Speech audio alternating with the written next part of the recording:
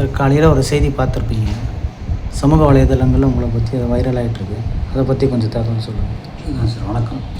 ஒரு விஷயம் மட்டும் கிளாரிஃபை பண்ண விரும்புகிறேன். நீங்கள் தப்பாக சித்தரிக்கப்பட்டிருக்கு. அது அவங்க ஊழியர்கள் கிடையாது. தொழிலாளிகள்கிட்டயோ ஊழியர்கள்கிட்டயோ நாங்கள் தவறாக பேசணும், மரியாதை குறைவாக பேசணும் எங்களுக்கு அவசியமும் கிடையாது, எதுவும் கிடையாது. நாங்கள் பேசின அந்த 3 பேருமே அந்த கான்ட்ராக்ட் குவாரி ரன் பண்ணுறோம். அது எப்படின்னா, ஒரு மகளிர் சுய உதவி குழு கான்ட்ராக்ட் எடுத்திருக்காங்க அந்த கல்குவாரியை ரன் பண்ணுறதுக்கு. அது அரசாங்கத்தில் சிறு குறு தொழில் பண்ணுறவங்களுக்காக உதவி பண்ணுறதுக்காக அந்த கான்ட்ராக்ட் கொடுத்துருக்காங்க. அவங்க ஆர்டர் காப்பி பிரகாரம் அவங்க கையில் தான் அதை உடைக்கணும் கல்ல. ஆனால் இவங்க எல்லாம் ஹெவி எக்யூப்மெண்ட்ஸ் வச்சு எக்ஸ்ப்ளோசிவ்ஸ் வச்சு பிளாஸ்ட் பண்ணிகிட்ருக்காங்க.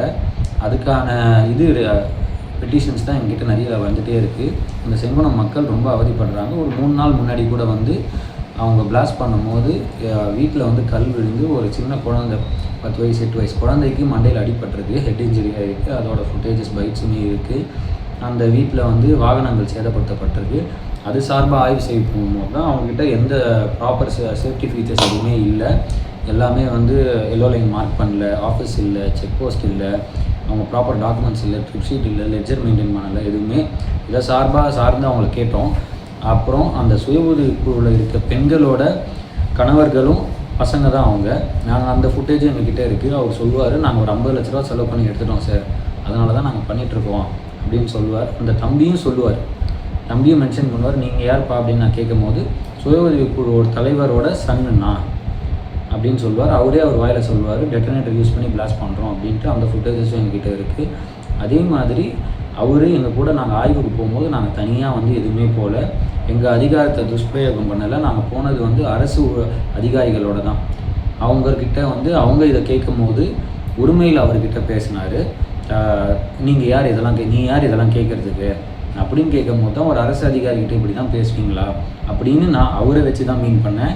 கூட வந்தவங்கள மக்கள் அதை தப்பாக அந்த பைட்டை பார்த்துட்டு தப்பாக நினச்சிக்கிட்டாங்க, எங்கே நான் அரசு அதிகாரின்ட்டு.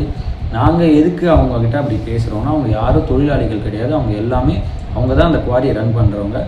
அந்த பையன், அந்த கன்சர்ன் பையன், அந்த தம்பி தான் டெட்டனேட்டரை யூஸ் பண்ணி பிளாஸ்ட் பண்ணுறதுன்னு, எக்ஸ்ப்ளோசிவ் வச்சு பிளாஸ்ட் பண்ணுறதுன்னு அந்த பையன் வாயிலேயே சொல்லியிருக்காப்ப. அதுவும் அவங்க ஆர்டர் காப்பி மூலமாக நீங்கள் உங்களோட நாம்ஸ் என்ன இருக்குது அப்படின்னு நீ படிப்பா அப்படின்னு கேட்கும்போது, இவ்வளோ தெளிவாக பேசின பையன், ட்ரிப் ஷீட் போடுற பையன், லெட்ஜர் மெயின்டைன் பண்ணால் வண்டி அனுப்புகிற பையன், எனக்கு இதெல்லாம் படிக்க தெரியாது அப்படின்னு சொல்லவே தான் நான் சொன்னேன். யாரையும் நாங்கள் தரைக்குறைவாக நடத்தணும்னு அவசியம் இல்லை. இது மாண்புமிகு முதலமைச்சர் தளபதியோட ஆட்சி, மாற்றத்துக்கு எளியவர்களுக்கான ஆட்சி, எளியவர்களோட குரலாக தான், அவங்களுக்காக தான் நாங்கள் போய் அதை கேட்டோம். அது கேட்கும் போது தான் இது தவறான வழியில் சித்தரிக்கப்பட்டிருக்கு. இது எதுவுமே உண்மை கிடையாது. அவங்க எல்லாமே கனிம வள கொள்ளையடிக்கிறாங்க, ரொம்ப எல்லையை மீறி அங்கே போயிட்டுருக்காங்க.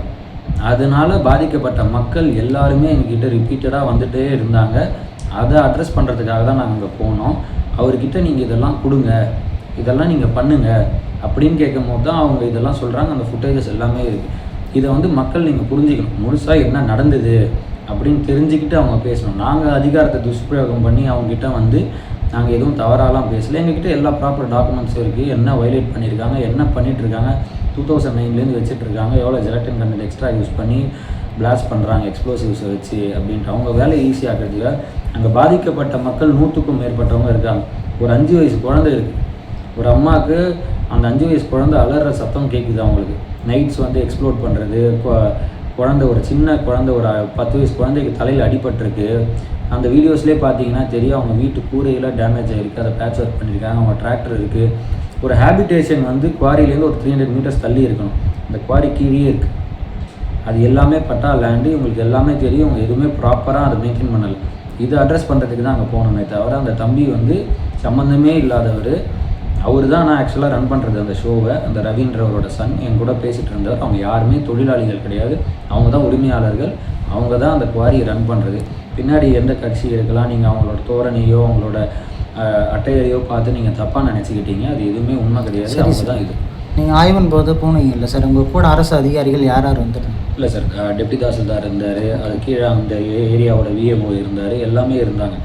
இத்தனை வருஷமாக 10 வருஷமாக இது நடந்துகிட்ருக்கு, புகார் கொடுத்துட்ருக்காங்க. ஆனால் 2009 ரன் பண்ணிகிட்ருக்காங்க. ஆனால் அது யாருமே இதுக்கு முன்னாடி ஸ்டெப் எடுக்கல. அது அரசியல் ப்ரெஷராக இருக்கலாம், எதுவாக இருக்கலாம். நாங்கள் எங்களுக்கு அட்ரஸ் பண்ணோன்னே நாங்கள் உரிய அரசு அதிகாரிகளோட தான் அங்கே போய் நாங்கள் ஆய்வுகை மேற்கொண்டோம். சரி சார். உங்கள்கிட்ட உரிய ஆவணம் இல்லைன்னு சொல்லிட்டு நீங்கள் சொல்லியிருந்தீங்க, முறையாக பண்ணல அப்படின்னு சொல்லிட்டு. அந்த கல்குவாரி மேலே எதனா நடவடிக்கை எடுக்கக்கூடுமா? ஆமாம் சார், நாங்கள் இப்போ ரிப்போர்ட்ஸ் ஜென்ரேட் பண்ணிவிட்டோம். ரிப்போர்ட்ஸை கலெக்டருக்கு நாங்கள் ஃபார்வர்ட் பண்ணுவோம்.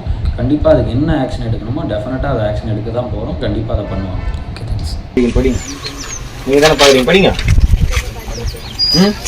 வெட்டர்னரி சொல்ல சார், நக்கலுங்க வேணாம் தம்பி, நக்கலுங்க வேணாம். உங்கள் பேர் ராஜன். எவ்வளோ நினைக்க மாட்டீங்களா? நீ தூர் போடுறீங்க, ஏன்னா வரீங்க, அவங்க சம்மந்தப்பட்டவங்க கொண்டு சும்மா சைலண்டா போறவன இந்த நக்கலிங்கெல்லாம் பண்ணக்கூடாது. கம்முன்னு நீங்க எல்லாத்தையும் ஒழுங்கா பண்ணுங்கன்றதுக்கு தான் வந்திருக்கிறேன். சரியா பண்ணிடுறேன். என்ன வயசு இருக்கு? என்ன வயசு இருக்கு? 20. எனக்கு என்ன வயசு தெரியுமா தம்பி? உன் வயசை தாண்டி தான் வந்திருக்கிறேன். இந்த மாதிரி எத்தனை பேரை பார்த்துருப்பேன், இந்த மாதிரி எத்தனை பேர்கிட்ட நெக்கெல்லாம் நின்று இருப்பேன், எத்தனை பேர்கிட்ட நெக்கெல்லாம் நின்று இருப்பேன். டெட்டனேட்டர் சொல்ல தெரியுது, படிக்க தெரியாதா? எல்லாம் வேற எங்கன்னா வச்சுக்கோ.